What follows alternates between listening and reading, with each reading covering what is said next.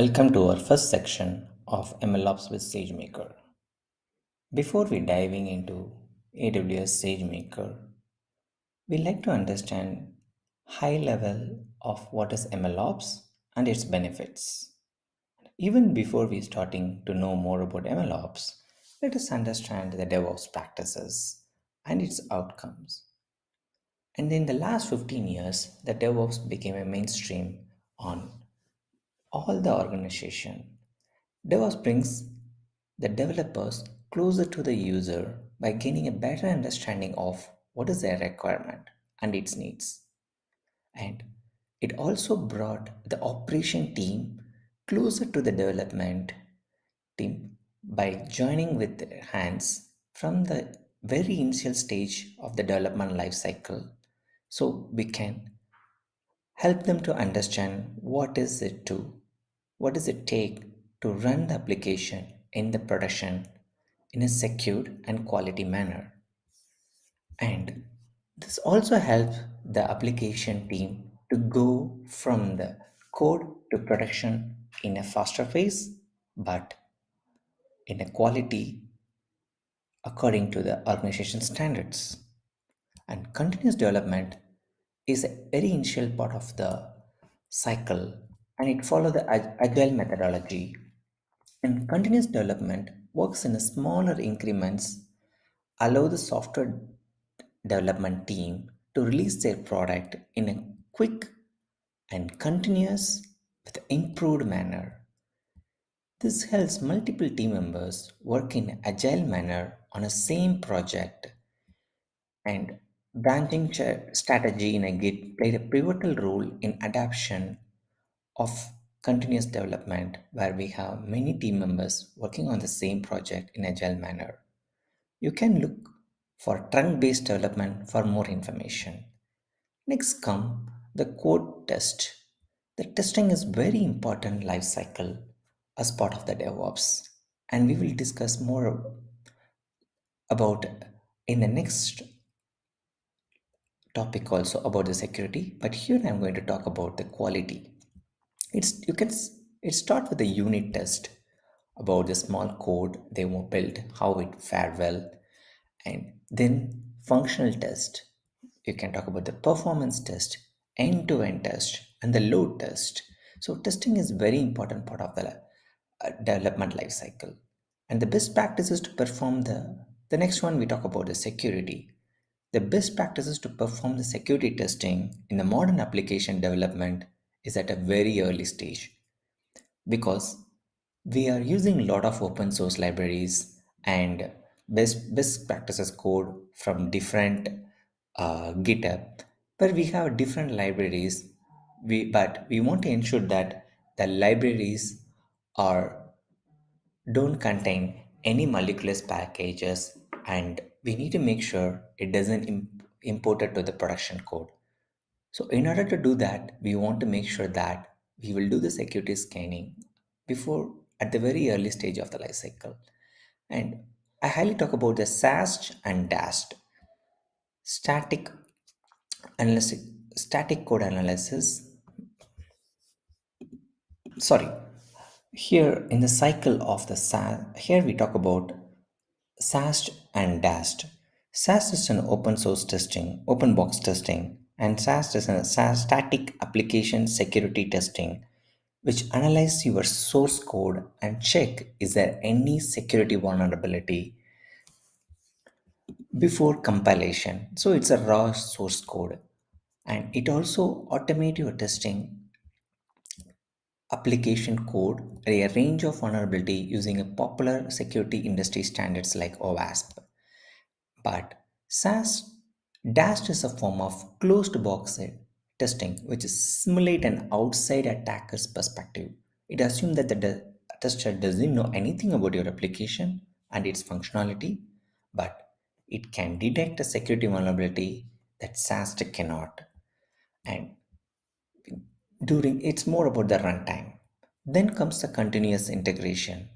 Continuous integration is first step of the CIC, even if your first step to make sure the developer commit their code, which transparently or seamlessly move to the production without much hassle. Okay, it give a developer experience. The moment they commit the code, it will move to the deployment.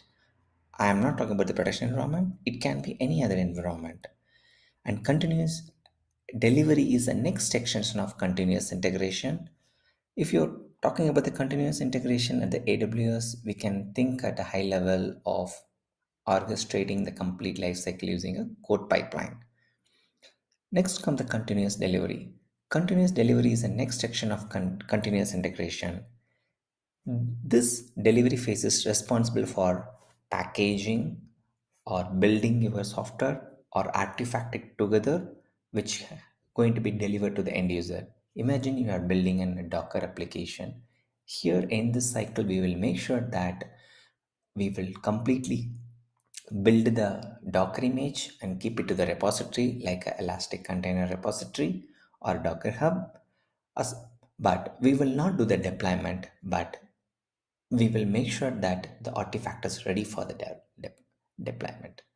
And comes the continuous deployment. Okay, the continuous deployment is a mature level of continuous delivery. If you look at this diagram, I mentioned the continuous improvement at the top 5 cycle, because the more iterative and confidently we are gaining over the above cycle, we can make sure that we can able to deploy to the production without any human in the middle. And then comes continuous monitoring. And continuous monitoring is very important for any production application. Okay, it mainly covers the metrics of your application, like a throughput, latency, and the logs of your application, as well as traces or for lineage of your application. Let's say an example: if you are build an application with API gateway, Lambda function, and DynamoDB, and the moment there is a request comes to the API gateway, how much time it taken and send the request back to the Lambda, and how much time it taken from the Lambda to read the data uh, from the API gateway, process the data. If there is any data validation to be done across the DynamoDB, or store to the DynamoDB, or retrieve the data from the DynamoDB and get back to the API gateway, this complete lineage can be traced via traces. It is very important and make sure that we are where this latency or throughput issue occurs. And if we want all this life cycle to be agile and adapted multiple application across your organization, it is best practices to start from the day one as to build everything infrastructure as a code. Okay, take an example: if you're building a code pipeline, code build, or an Elastic Container Repository, or even the building a Lambda, everything, you need to make sure you are using infrastructure as a code. In AWS, you can use the CloudFormation or CDK as a natively provided by the AWS. In case if it's a serverless deployment, you can use a SAM template. And come to the next level, if you are using open source, you can always try with Terraform, HashiCorp Terraform, or Pulumi. Yeah, any other tools which you are comfortable. This is a practice about the DevOps. Now let's come to the what is the outcome of the DevOps. Definitely, it fosters the production delivery, and on all the life cycle we are stressing about the automation. It definitely improving our efficiency. Then very important thing is shift left approach. If you look at our practice, we are scanning the code about at the security, and we are scanning the quality of the code at the very early stage of the life cycle, even before we building it. Okay, and if, if we are detecting this step in the development environment or the lower environment, that is a very good practice. It will ensure that our code is quality. We are delivering the quality. Then also with all this, it brings a greater innovation. Right? This is about ML obsession. And why are we talking more about the DevOps? I would say that DevOps is extension of MLOps. And since the DevOps matured in the last 15 years, the MLOps is helping take extended and taken a best practice from the DevOps and started implementing on the machine learning lifecycle. And machine MLOps is an approach of managing the big machine learning project end to end.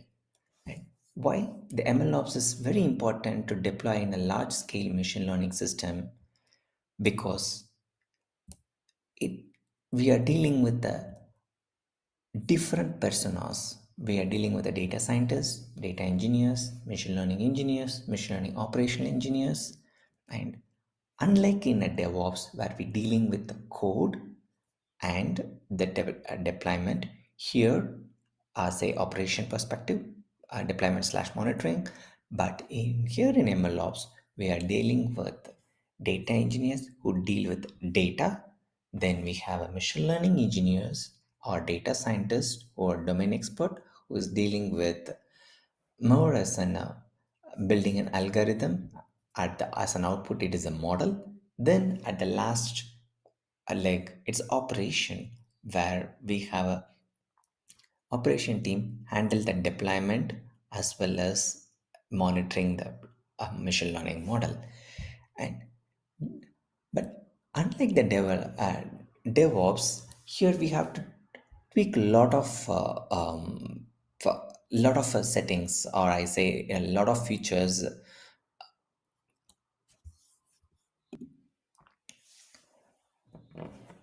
Unlike the DevOps, where we have our code to be deployed and it's a static code, okay. If the functionality changes, we can come back as part of the cycle, we change the code and deploy it back.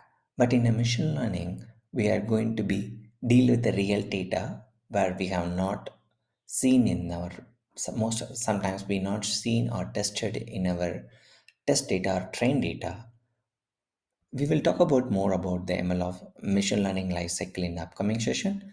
But here I'm just giving a MLOps overview, where here we are completely dealing with a new level of data where we can expect there is a data drift, model drift, and we need to address all this complexity as part of our MLOps lifecycle. Okay. Once we have MLOps, what does it benefits brings into us? It give us a benefit. All the DevOps benefits was provided.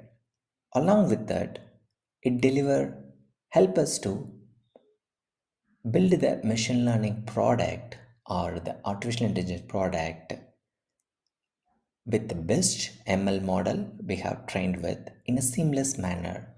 And it's all about building an integrated ML system that operate continuously to adapt the continuous changes which we are seeing at the data level or model level or even at the requirement level without any much hassle. Okay. And it will also help, and as part of MLOps, it will help to deploy the model using the same CI/CD practice what we have followed in a DevOps, and it provide a better model performance,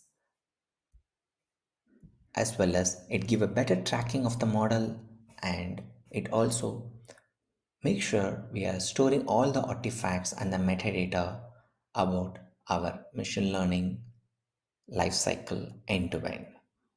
Let's learn more about the machine learning lifecycle as part of in the next section.